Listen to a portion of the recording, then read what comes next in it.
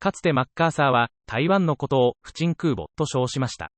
もはや言うまでもないことですが、アメリカとその同盟国にとって台湾の戦略的価値は高まり続けています。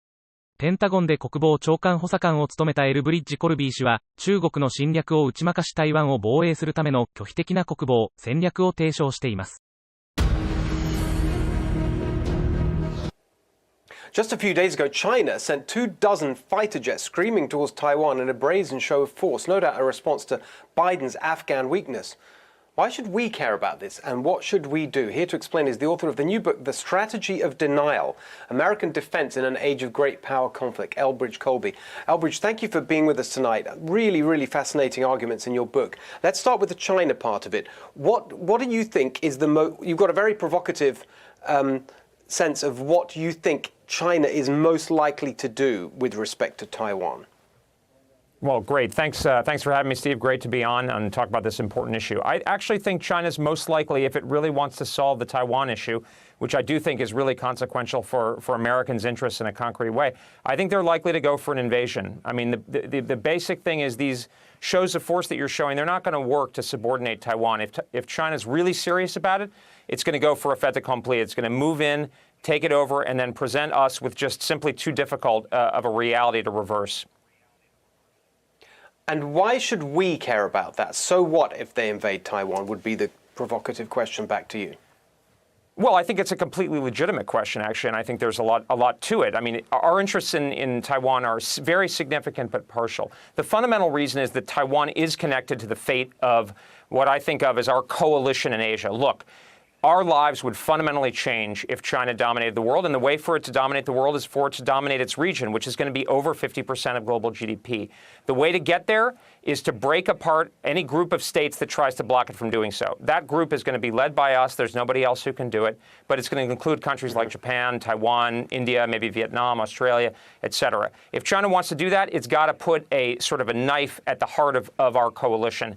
And to do that, Taiwan makes a lot of sense for two reasons. One is Taiwan, MacArthur called it the unsinkable aircraft carrier. If China gets Taiwan, then it's operating in the Central Pacific. Think, in a way, almost World War II in the Pacific. The second reason is whatever people say, our credibility is tied to it. And credibility isn't something that matters all the time, but it sure matters if you're in Japan or the Philippines or an archipelago in the Western Pacific, and you say, well, the Americans have backed down from defending another archipelago in the Western Pacific, namely Taiwan. So the key, though, is that we got to find a way to be able to defend Taiwan in a way that's consistent with how deep our interests are. Our interests are important, but they're not existential, and that's a real kind of core point in my book. So very quickly, what should we do? Well, we should really make sure we have what I call denial defense, and we should basically stop doing almost everything else. And that, at the end of the day, is basically about defeating that invasion that I talked about. Sink the fleet, shoot down the air armada, kill, capture, or wound the soldiers that land on Taiwan. If we can do that, it's actually a pretty low standard. Think Britain 1940. If we can do that, we may not win the war in the end, but it'll be enough. Wow.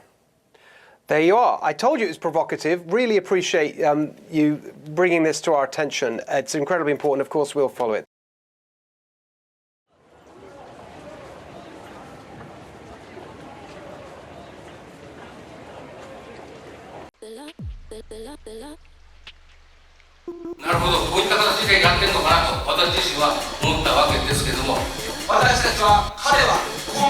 J-CPAC に来ることを本当に心から望んでいました。たった20年で東京にオリンピックも来たんです。Within a very, very large business that has locations all over the world. And welcome to the 4th annual Japan Conservative Union Conference. Thank you for inviting me to speak with you today on the topic of the environment, energy security, and U.S.-Japanese relations. Thank you very much. It's an honor to join you for CPAC Japan 2020. 課題認識については世界から見ればもう何週も周回遅れしているとそういう危機感を持っております。東南アジアの国、欧州の国、いろんなその価値と戦略的利益と価値を共有する国との間で経済、技術を含めた相対的な安全保障、広い意味での経済安全保障の面も含めてネットワークを強化する。このお二人やあるいは僕のような非力な人間の力だけだととてもできないから日本の主人公は皆さんだけなので主権者が僕らの話を今日もヒントにしていただいてそういうことが分かる議員に投票する。